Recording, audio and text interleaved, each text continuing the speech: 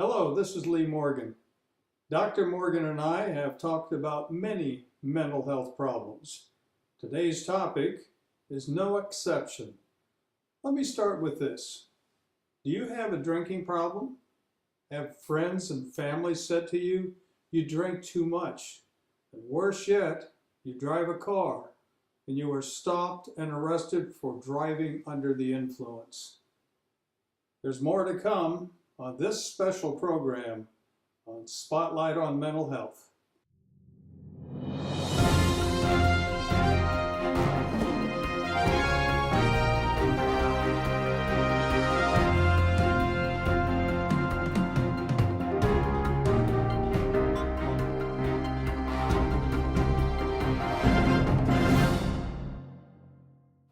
Hello, I'm Dr. Patricia Morgan, licensed clinical social worker, co-producer of Spotlight on Mental Health. Today we have the great pleasure of finding and introducing Cindy Turner, who comes from the agency Insight into Action Therapy. She's a licensed clinical social worker, but also many other designated titles, and so I'll let her tell you that herself. Thank you, Patricia. I appreciate that introduction. I do have a number of letters after my name. I am a licensed clinical social worker, a licensed substance abuse treatment practitioner, and a master addiction counselor. What that really means is that I have over 20 years experience working with people who struggle with substance use disorders, and I'm very passionate about it and love working with my clients, and people get better. There's hope and there's help out there. Cindy, tell us about your practice and about you. Sure. I have 2 office locations at Insight into Action Therapy. We have one in Ashburn, Virginia, and one in Fairfax, Virginia. And we are an outpatient practice. And one of the things that's really important to us is that people not have to drive all over the county to get help. So we have a number of services in one location. We have a psychiatrist who can do medication monitoring and evaluations. We do have a psychologist who does psychological testing, and she does play therapy as well. We have a marriage counselor who does couples therapy, and then myself and several other clinicians, we do dual diagnosis treatment. My business partner, Craig, and I developed the dual diagnosis recovery program, and that's for people who are dealing with both the substance abuse issue as well as a mental health issue. So people can go through the whole spectrum of treatment, from evaluation to primary treatment up to relapse prevention.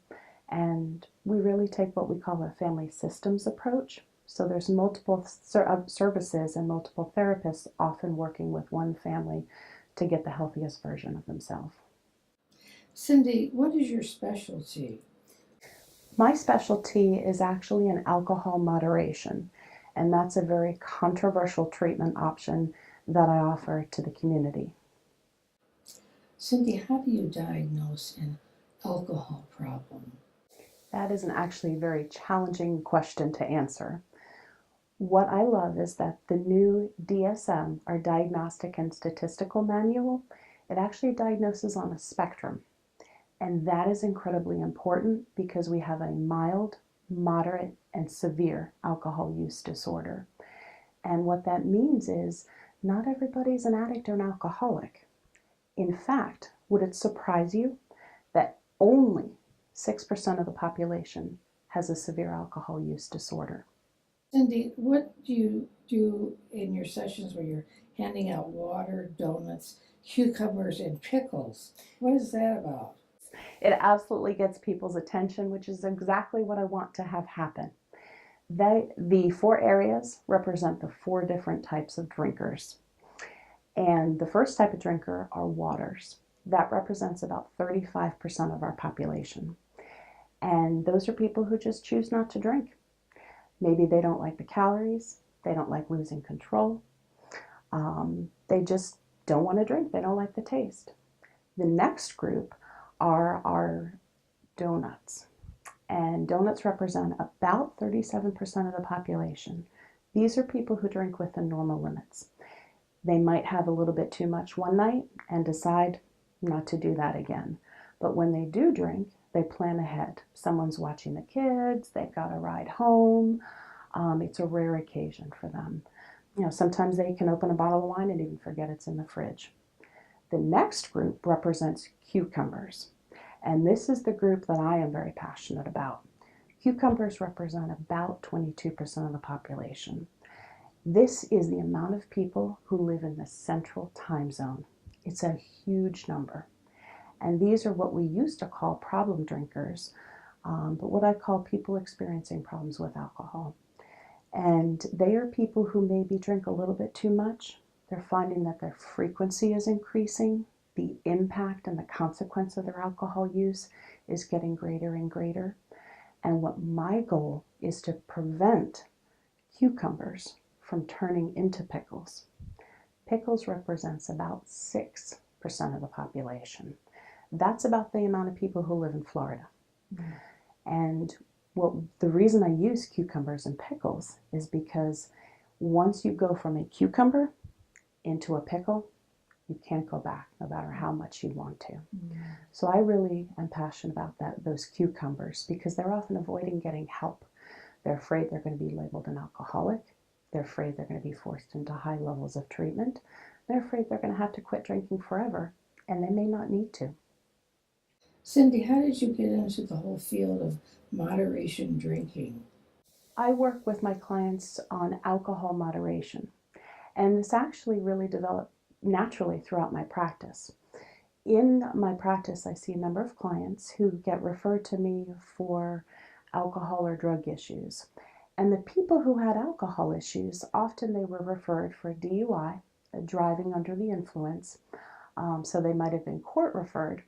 I also say they might have been spouse referred, where a husband or wife realized their spouse was just drinking too much and it was causing consequences in the marriage and within the family. So once that person satisfied their treatment expectations, because if you're involved in the court, there's a number of things that you need to do to satisfy your legal obligations. And once they satisfied that, and or once they gained their spouse's trust back again through a period of abstinence, they would ask me, well, can I keep drinking? And I knew that they probably could, but I realized I needed to do more research. So I spent about 2 years researching this, and I found out that a number of people actually can keep drinking. Mm-hmm. And through that, I developed the How Do I Know If I Can Keep Drinking quiz. Okay. Cindy, tell me about the quiz. Can I go on drinking quiz? What is that like? Mm-hmm. Yeah, the How Do I Know If I Can Keep Drinking quiz is what I developed after researching. And what it does is, I wish I could say it's a yes or no. You answer these 5 and you're good, or these questions are no and you can't. It's not that simple. The quiz offers predictions of whether someone can safely keep drinking or not. Cindy, tell me about the predictions that appear with the quiz. What are they? Sure, there's a number of positive predictors and a number of negative predictors. So when I work with my clients interpreting this quiz, I literally will say, okay, these are good ones, these are bad ones. So for example, the earlier someone starts drinking, that's actually a very negative predictor. For example, what we know is people who start drinking prior to age 15 have almost a 50% chance of developing an addiction.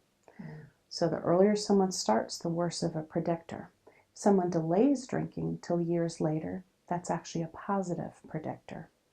Another negative predictor is if someone has had withdrawals. That is almost 100% you cannot keep drinking. What that means is that the brain and body has developed a physical addiction to the alcohol. And withdrawals from alcohol are actually potentially life-threatening. Mm-hmm. So if you've had those, that's something that's a negative predictor. On the other hand, a very positive predictor is someone's willingness to monitor their alcohol use. Someone is willing to do that and to change their drinking patterns. That is a positive predictor. Cindy, I'm sure people want to know even more about predictors. So some other things that I look for prior to determining whether or not someone can keep drinking, they certainly have to satisfy any of their legal requirements. If they're on probation, they need to satisfy that first. If there's issues with a family member, that needs to be addressed as well. That person needs to repair any of the damage that their drinking has done to their relationships and their family. Certainly if someone is on probation for work or had a consequence there, they need to deal with that first. But one of the really surprising things that I ask people to do is actually to be abstinent for 4 months. Why 4 months? Abstinent. Why 4 months? Yes. There's really a number of reasons why we do that. The first is if someone can't make it through 4 months abstinence, we know that they've possibly developed an alcohol addiction, and that person might need a higher level of treatment than I can offer in an outpatient setting. They might need to go through detox, they might need to be in a facility. But 4 months offers us a chance to understand why. And the why is so important because somebody might be drinking because they can't sleep. So I'm going to work with them on sleep hygiene and try to help them figure out how they can get to sleep better without the alcohol. Somebody might be drinking because of anxiety. So I'm going to give them some tools to manage that. Or someone might be drinking because they've gone through grief. And that's a natural process that all of us, unfortunately, will go through in our lives. Someone might have depression. So if we can treat that, treat the why, oftentimes the need for the alcohol use goes down. Cindy, what is alcohol moderation? There are actually a number of definitions out there, and I'll go through actually 3.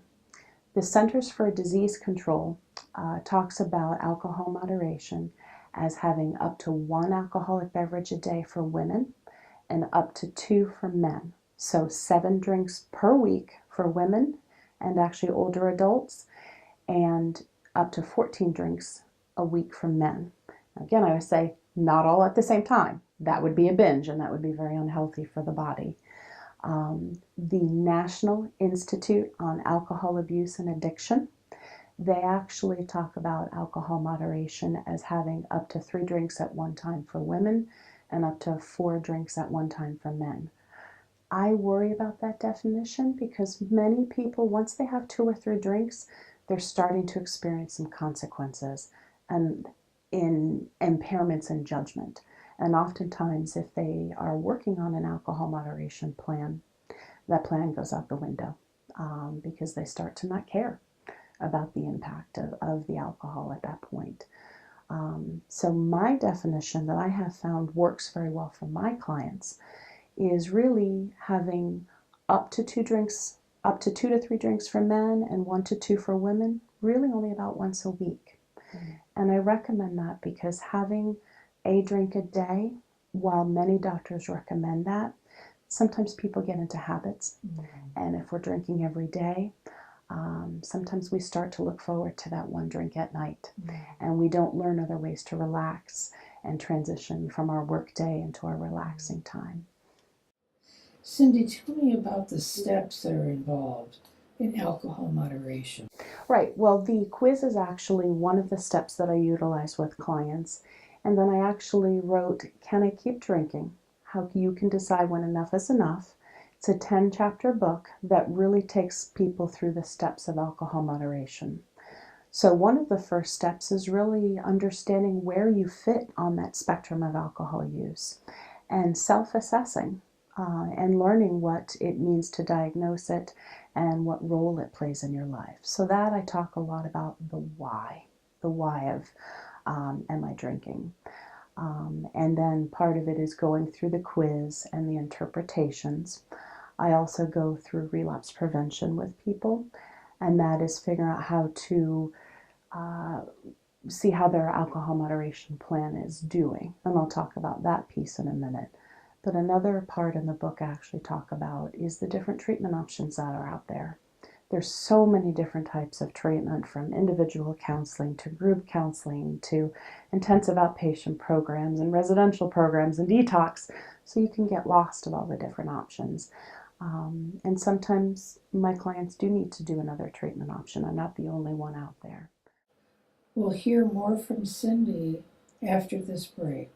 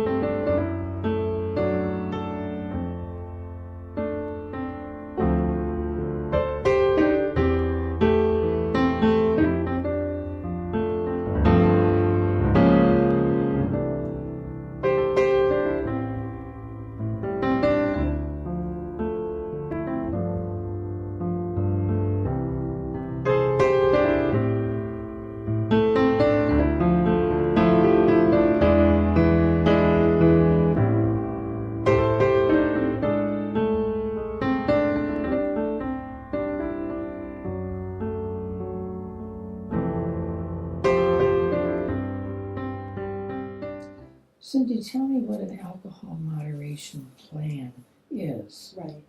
That's actually very individualized to the person and to the family and their situation.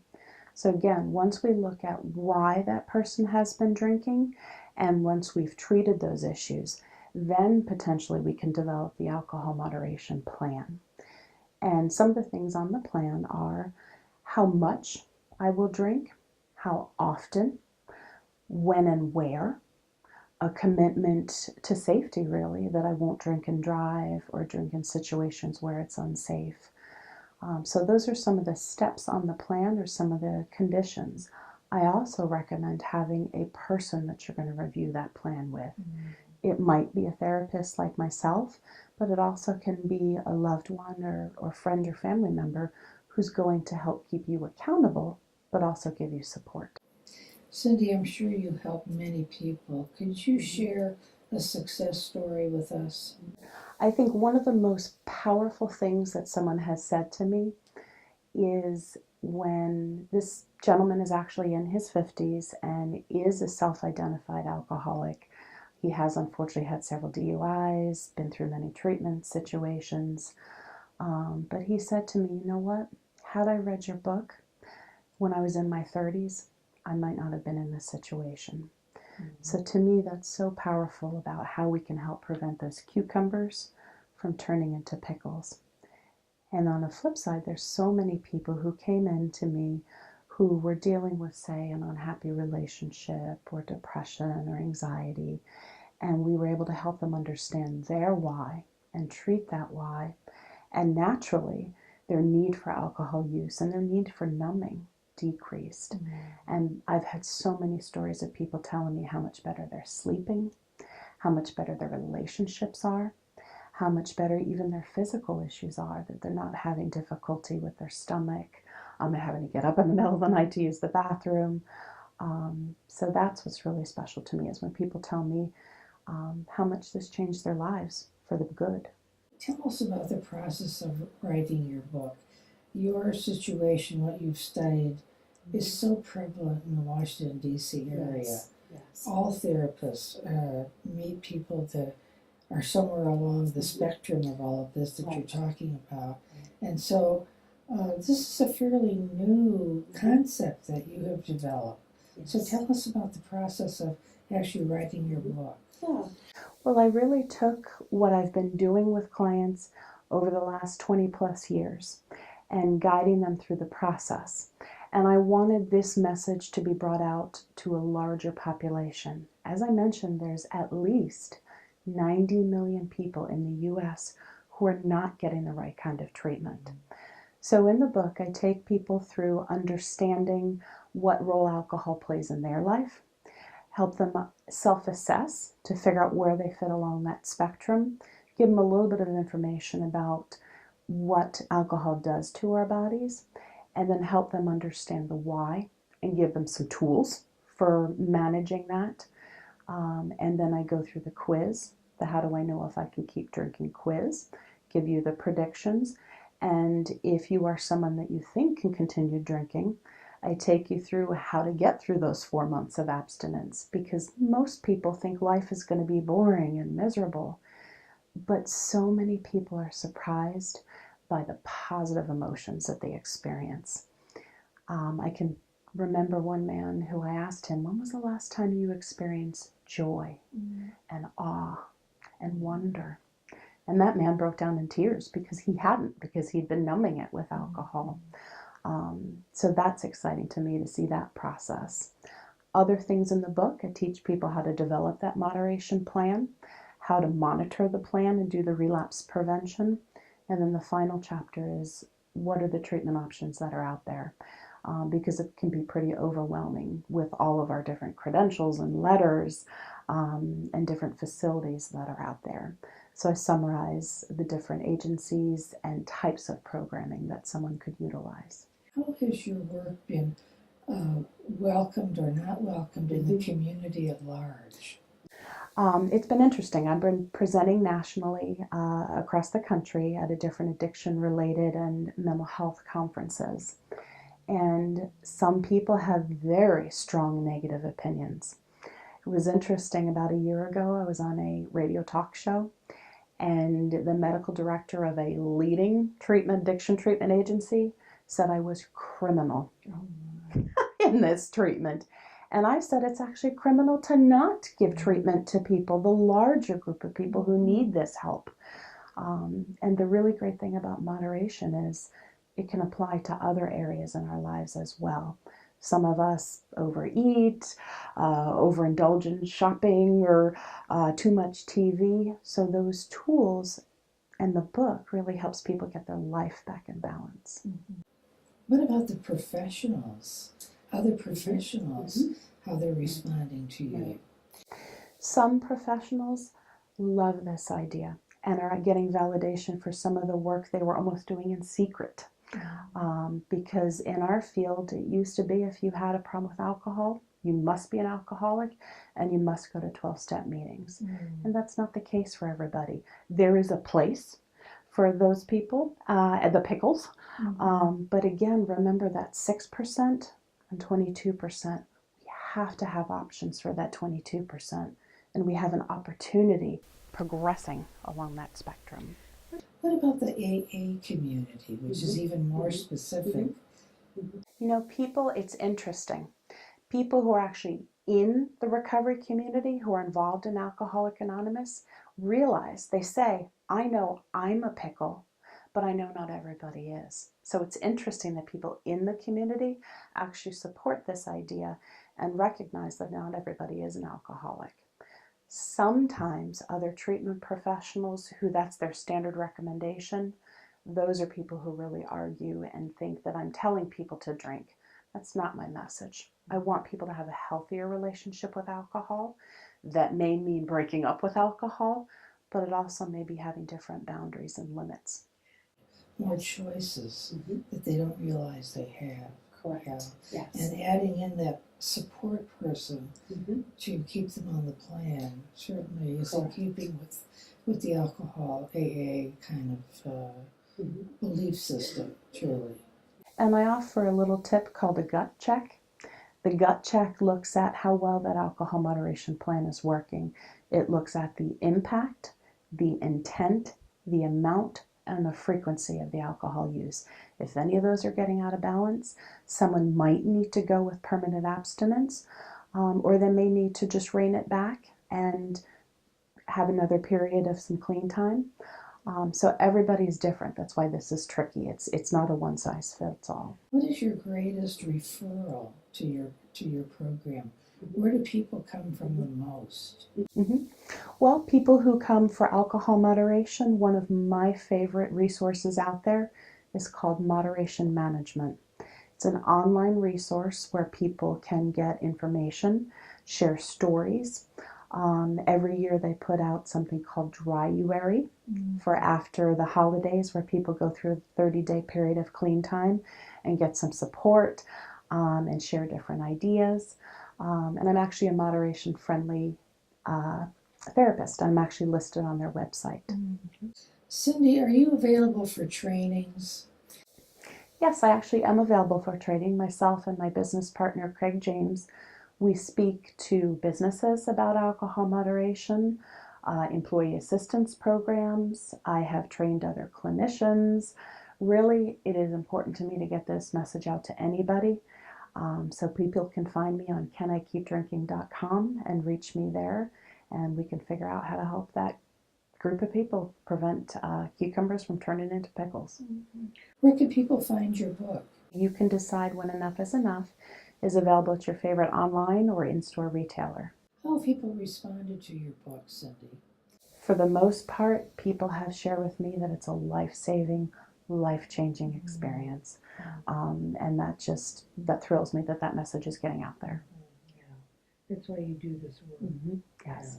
Yeah. And I can see that you have a passion for it. Absolutely. And it's so Yeah. important. Yeah. Cindy, I love donuts. Could you tell us about donuts? Yes. Again, donuts represent people who have a healthy relationship with alcohol. And what I like to say is drinking alcohol is like eating donuts. Having one or two occasionally isn't going to hurt you, but having multiple every single day is eventually going to lead to serious consequences. Thank you, Cindy, so much. It's a very interesting and such a prevalent issue in the Washington, D.C. area. Yes. And more people need to know about this. And I'll be taking several of your books and making sure that my clients are seeing it, because I invariably run into all of these kind of things. Yes. That's our show today. We hope you've enjoyed it. We would also like to thank our guest, Cindy Turner, from Insight into Action Therapy. I leave you with this. If you think you have a drinking problem, don't wait. Seek help. And don't forget, do not drink and drive. Goodbye, and join us next time on Spotlight on Mental Health.